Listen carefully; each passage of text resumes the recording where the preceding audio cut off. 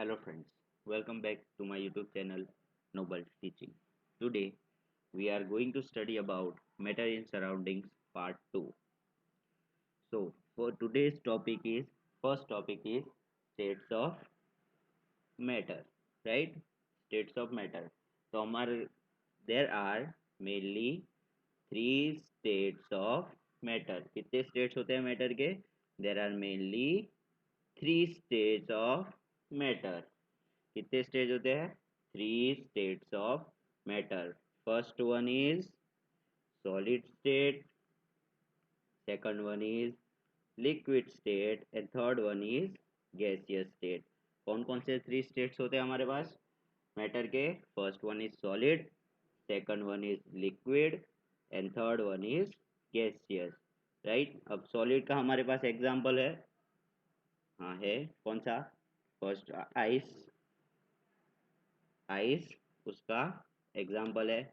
Liquid का example हम लेते हैं वाटर, और गैसियस का एग्जाम्पल लेते हैं हम वाटर वेपर. ओके. हमें पता चल गया कितने स्टेट्स ऑफ मैटर होते हैं. There are mainly three states of matter. First one is solid, second one is liquid and third one is gaseous. Solid का एग्जाम्पल कौन सा? आइस. लिक्विड का एग्जाम्पल वाटर और गैसियस का example gaseous water vapour. Right. अब solids, liquids और gases की हम प्रॉपर्टीज की बात करते हैं. तो solids solids have definite solids have definite shape. उनके पास एक डिफाइनाइट शेप होता है. डिस्टिंक्ट बाउंड्रीज मतलब उसके पास परफेक्ट बाउंड्रीज होगी. उसके आगे वो सॉलिड नहीं गिना जाएगा. मतलब अगर हम एग्जांपल लेते हैं यहाँ पर एक स्क्वायर. राइट. यहाँ पर मैंने ड्रॉ किया स्क्वायर. तो स्क्वायर की क्या है, यहाँ पर हम देखते हैं उसकी परफेक्ट बाउंड्रीज है. इसके आगे ना मैटर के पार्टिकल जाएंगे ना वो अंदर आ सकेंगे. उसके पास खुद की रिजिडिटी होगी और उसके पास फिक्स्ड वॉल्यूम होगा. वॉल्यूम सॉलिड में ना कम हो सकता है ना ज़्यादा हो सकता है. उसके पास फिक्स्ड वॉल्यूम होगा. उसके पास फिक्स्ड बाउंड्रीज होंगी.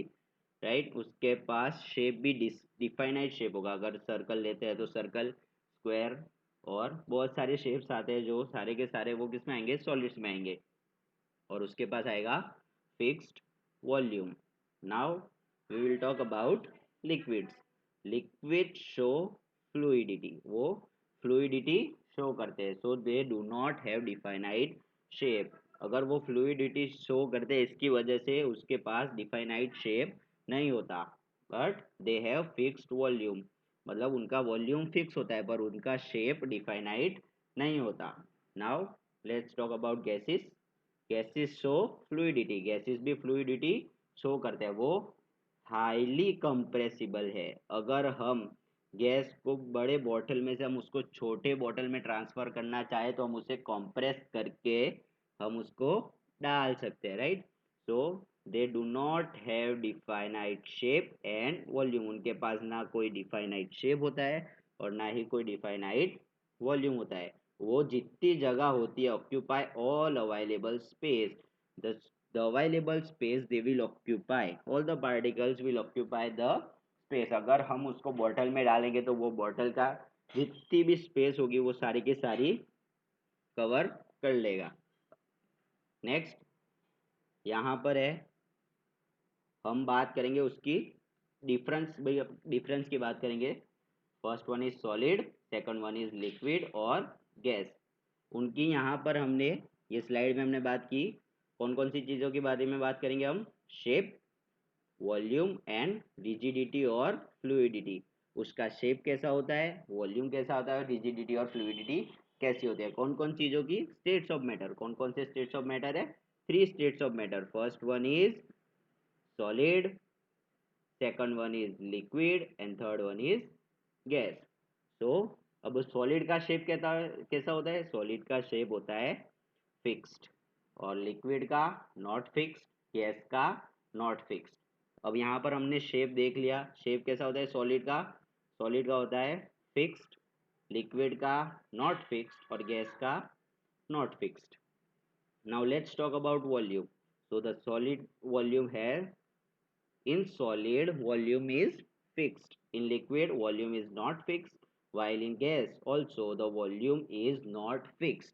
Now let's talk about rigidity and fluidity. So solid are rigid, solid क्या होते हैं, rigid होते हैं, और they cannot flow, अगर rigid है तो वो flow कर ही नहीं सकता, right? Now let's talk about liquid. Liquid is not rigid and they show fluidity. हमने आगे देखा कि liquid show fluidity. So fluidity, they can, liquid can flow. So they are not rigid.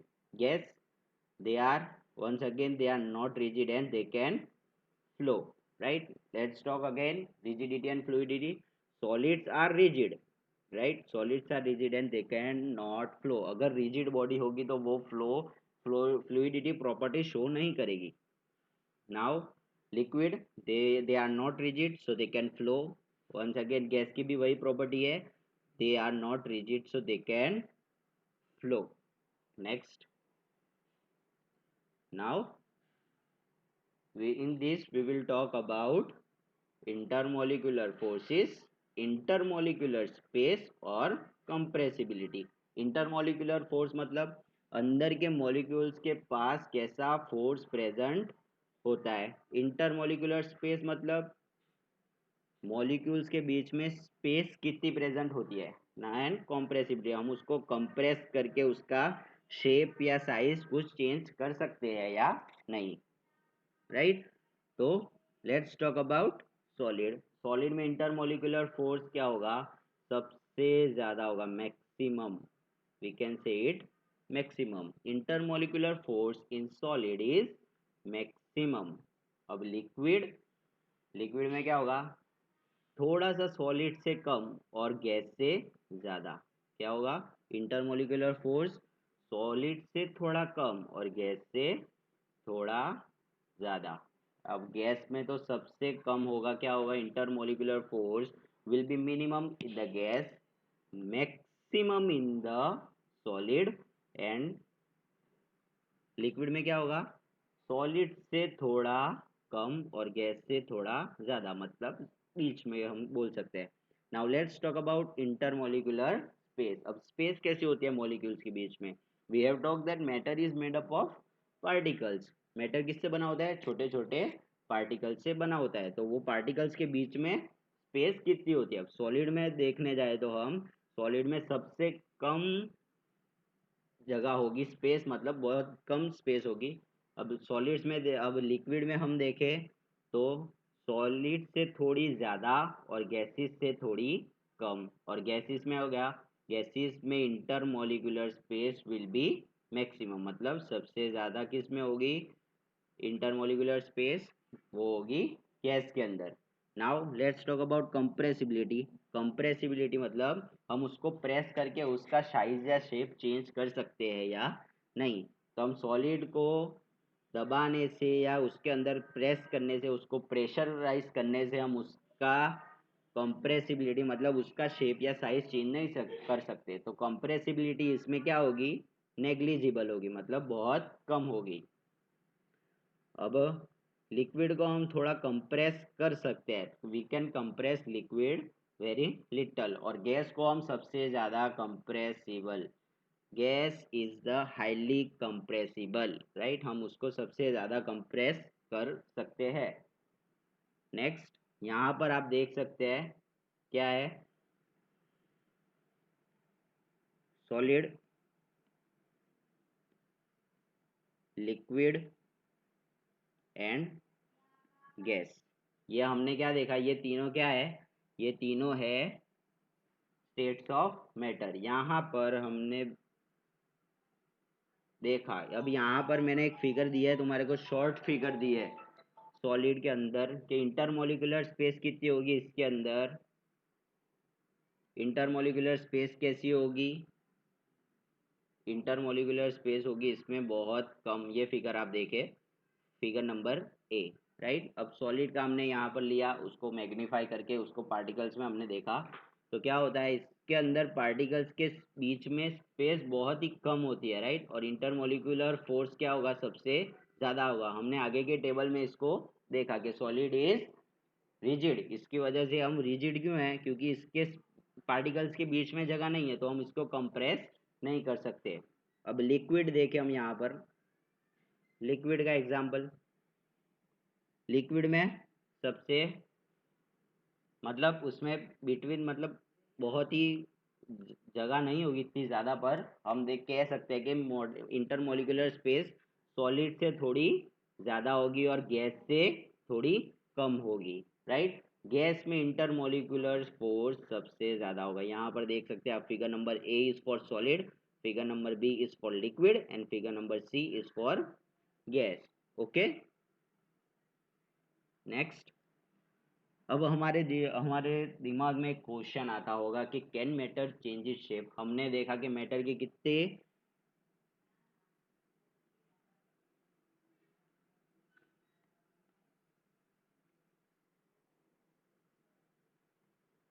Can matter change it shape.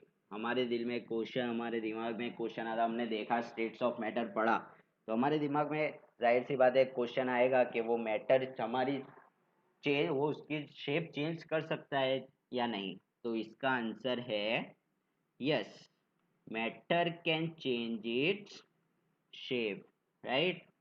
So what?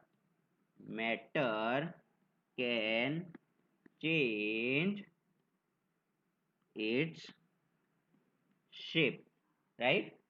वो अपना shape change कर सकता है। और यहाँ पर आप देख सकते हो, मैंने यहाँ पर लिया है सॉलिड स्टेट, बीच में लिया है मैंने लिक्विड स्टेट और गैसियस स्टेट। अब ये भी क्वेश्चन आएगा कि अगर ये मैटर शेप चेंज करता है तो कैसे करता है, राइट। तो सॉलिड, सॉलिड को हम हमारा एग्जांपल लेते हैं, यहाँ पर लेते हैं हम, let's take solid as ice, right, liquid as water and gas as water vapour. हमारा एग्जांपल हमने ये तीन ले लिए, राइट। तो सॉलिड का एग्जांपल है, हम लेते हैं आइस लिया हमने, राइट। तो अब हम उसको क्या करेंगे, हीट देंगे। अगर हम हीट करेंगे सॉलिड को तो वो किस में कन्वर्ट हो जाएगा, वो कन्वर्ट हो जाएगा लिक्विड में। अब लिक्विड को हम उससे ज़्यादा हीट देंगे तो वो किस में कन्वर्ट हो जाएगा, वो कन्वर्ट हो जाएगा गैसियस स्टेट में। अब रिवर्स प्रोसेस में जाए तो हम गैसियस स्टेट को हम क्या करेंगे, कूलिंग प्रोसेस के लिए ले जाएंगे, मतलब उसको हम कोल्ड करेंगे तो वो किस में कन्वर्ट हो जाएगा, that will convert into liquid state. और लिक्विड स्टेट को हम ठंडा करेंगे तो वो किस में जाएगा, हो जाएगा सॉलिड स्टेट में। हमने यहाँ पर लिया एग्जांपल, किसका लिया था, आइस का। तो सॉलिड, सॉलिड है आइस, आइस हम लिया सॉलिड। अब आइस को हमने क्या किया, हीट किया, हीट किया तो आइस क्या किस में फॉर्म हो जाएगा, आइस फॉर्म हो जाएगा वाटर में। वाटर कौन सा स्टेट हो गया, वो हो गया लिक्विड। अब लिक्विड हम वाटर को थोड़ा ज़्यादा हीट किया तो वो किस में कन्वर्ट हो जाएगा, वाटर वेपर में। अगर हम वाटर वेपर को ठंडा करेंगे, मतलब कूलिंग प्रोसेस के लिए लिए जाएंगे तो वो प्रोसेस किस में हो जाएगा, वो वापस वाटर के चेंज हो जाएगा। अब वाटर को हम उसको ठंडा करेंगे तो वो किस में कन्वर्ट हो जाएगा, वापस आइस के अंदर कन्वर्ट हो जाएगा, राइट। नेक्स्ट, अब effect of change of temperature on matter. अब इसके लिए हमें एक एक्टिविटी परफॉर्म करनी पड़ेगी। कौन सी एक्टिविटी है, हमने लिया take 150 gram of ice in a beaker and suspend in the laboratory thermometer so that its bulb is in contact with ice। हमें ऐसे अरेंजमेंट करनी है कि हमने क्या लेना है, पहले हमें लेना है 150 ग्राम ऑफ आइस, किस में लेना है, हमें एक बीकर में लेना है। बीकर में लिया, उसको हम लेबोरेटरी थर्मोमीटर से कांटेक्ट में रखेंगे। Start heating the beaker in the low flame, मतलब लो फ्लेम में उसको हीट करना स्टार्ट करना है। नेक्स्ट, फिर आगे क्या करना है, नोट द टेम्परेचर। पहले हमें टेम्परेचर नोट करना है कि जब आइस स्टार्ट्स मेल्टिंग। अब आइस है, जाहिर सी बात है हम उसको गर्म करेंगे तो वो क्या होगा, मेल्ट होना स्टार्ट करेगा। तो टेम्परेचर इंक्रीज किया तो हमने आइस स्टार्ट्स मेल्टिंग, तो हमें वो टेम्परेचर नोट करना है जब हमारा आइस मेल्ट होना स्टार्ट करेगा। फिर note the temperature when all the ice is converted to the water. Now हमें पूरा का पूरा जब आइस वाटर के अंदर कन्वर्ट हो जाता है तब तक हमें उसको नोट करना है टेम्परेचर को। अब उसको हमें ऑब्जर्वेशन में लेना है। अब ऐसे ही कुछ, राइट। तो ये हमने ले लिया एक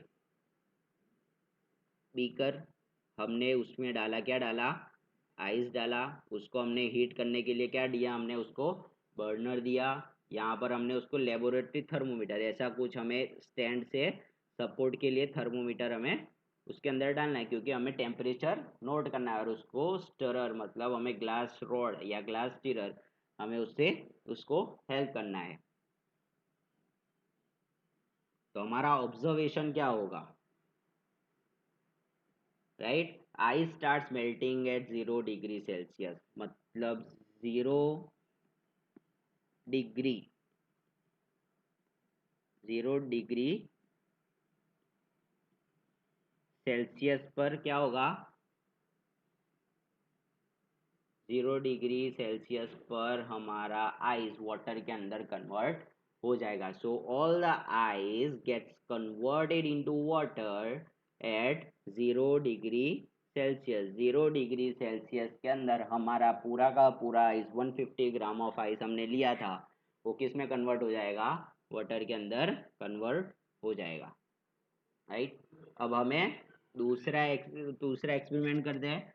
उसमें क्या करना है, now put the glass rod,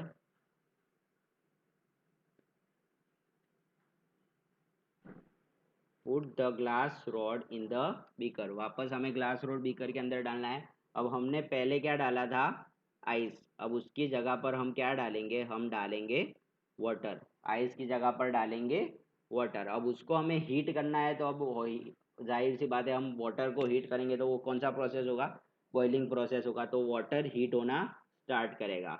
now keep a careful I on a thermometer. Thermometer पे हमें देखना है, reading till most the water has vaporise. जब तक पूरा का पूरा, मतलब बहुत ही ज़्यादा वाटर वेपराइज नहीं होता, तब तक हमें केयरफुल आई रखनी होगी। किस पर केयरफुल आई रखनी होगी, वो रखेंगे हम थर्मोमीटर, राइट। अब रिकॉर्ड योर ऑब्जर्वेशन, हमें क्या ऑब्जर्वेशन मिलेगा।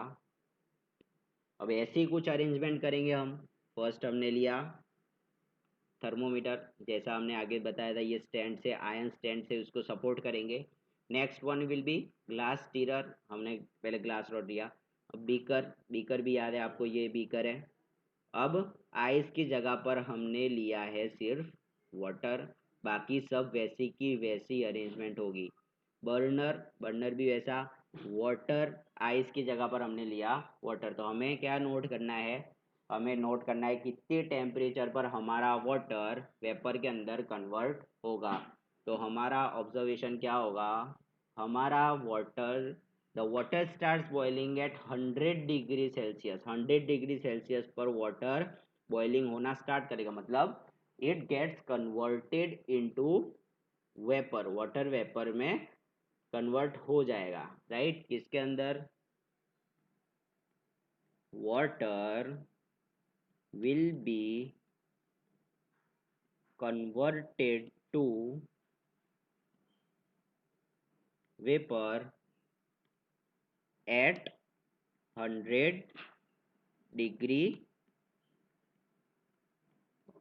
Celsius, right. अब हमारा वाटर किसके अंदर कन्वर्ट होगा, वाटर वेपर में कन्वर्ट होगा, कौन से टेम्परेचर पर, 100 डिग्री सेल्सियस पर। तो हमें इससे पता चलता है कि मैटर के ऊपर इफेक्ट ऑफ टेम्परेचर कैसा होता है। हम वाटर को हीट करेंगे तो वो कन्वर्ट हो जाएगा वाटर वेपर में, अगर आइस को हीट करेंगे तो वो कन्वर्ट हो जाएगा वाटर में, राइट।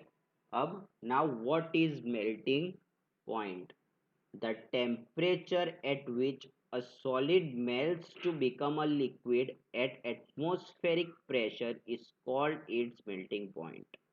melting point क्या है,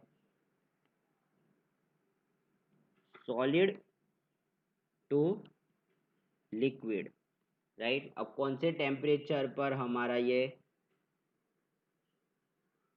मेल्ट होना स्टार्ट करेगा, सॉलिड मेल्ट होना स्टार्ट करेगा, तो वो किस में फॉर्म होगा, वो लिक्विड में फॉर्म होगा, मतलब सॉलिड टू लिक्विड मतलब जो टेम्परेचर एटमॉस्फेरिक प्रेशर, अब जो टेम्परेचर पर होगा तो वो उसको हम बोलेंगे मेल्टिंग पॉइंट, राइट। हम क्या बोलेंगे, हम उसको melting point. Melting point once again, the temperature the temperature at which a solid melts to become a liquid at atmospheric pressure is called is melting point। अब क्या है, सॉलिड टू लिक्विड हमें convert करना है, तो जो temperature पर solid liquid के अंदर चेंज होगा तो वो हो जाएगा मेल्टिंग पॉइंट वो मैटर का। नेक्स्ट कौन सा है, latent heat of fusion. Latent heat of fusion, right. अब लेटेंट हीट ऑफ फ्यूजन क्या है, चलिए समझते हैं। The amount of heat energy required to change 1 kilogram of solid into liquid at atmospheric pressure, its melting point is called the latent heat of fusion, right। अब one 1 kilogram of solid को convert करना है, हमें किस में convert करना है, liquid में कन्वर्ट करना है, ओके। तो वो होगा लेटेंट हीट ऑफ फ्यूजन, मतलब जितने टाइम में, जितना टेम्परेचर पे हमारा 1 kilogram ऑफ सॉलिड लिक्विड के अंदर कन्वर्ट होगा तो हम उसको बोलते हैं latent heat of fusion of solid, मतलब वो सॉलिड का लेटेंट हीट ऑफ फ्यूजन होगा। नेक्स्ट, अब बॉइलिंग पॉइंट, आगे हमने बात की मेल्टिंग पॉइंट की, तो अब हम बात करते हैं बॉइलिंग पॉइंट की। So the temperature at which liquid starts boiling at atmospheric pressure is called boiling point, right. अब हम यहाँ पर लेते हैं liquid, liquid to vapour, right. अब उसको हमें वेपर करना है बॉइलिंग पॉइंट से। अब वो बॉइलिंग पॉइंट क्या होगा, जब हमारा लिक्विड वेपर के अंदर कन्वर्ट होना स्टार्ट करेगा तब वो होगा हमारा बॉइलिंग पॉइंट, मतलब ऐसा टेम्परेचर जब हमारा लिक्विड वेपर के अंदर कन्वर्ट होगा, so we can say it's the boiling point. Next, latent heat of vaporisation, हमने क्या देखा आगे, लेटेंट हीट ऑफ फ्यूजन देखा था, वह लेटेंट हीट ऑफ वेपराइजेशन।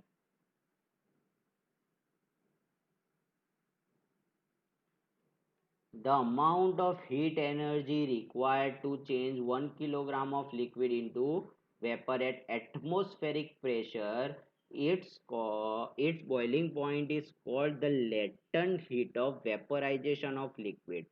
आगे क्या था, 1 kilogram of solid to liquid, यहाँ पर क्या है 1 kilogram of liquid to vapor। हमें 1 kilogram of liquid वेपर के अंदर कन्वर्ट करना है जो एटमॉस्फेरिक प्रेशर पर, और ये टेम्परेचर पर अगर 1 kilogram ऑफ लिक्विड वेपर के अंदर कन्वर्ट होगा तो वो होगा हमारा latent heat of vaporisation. So this was the second video for the matter in our surroundings part 2। So please, I hope you would have liked the video, so please like it, share it and subscribe my channel. Thank you very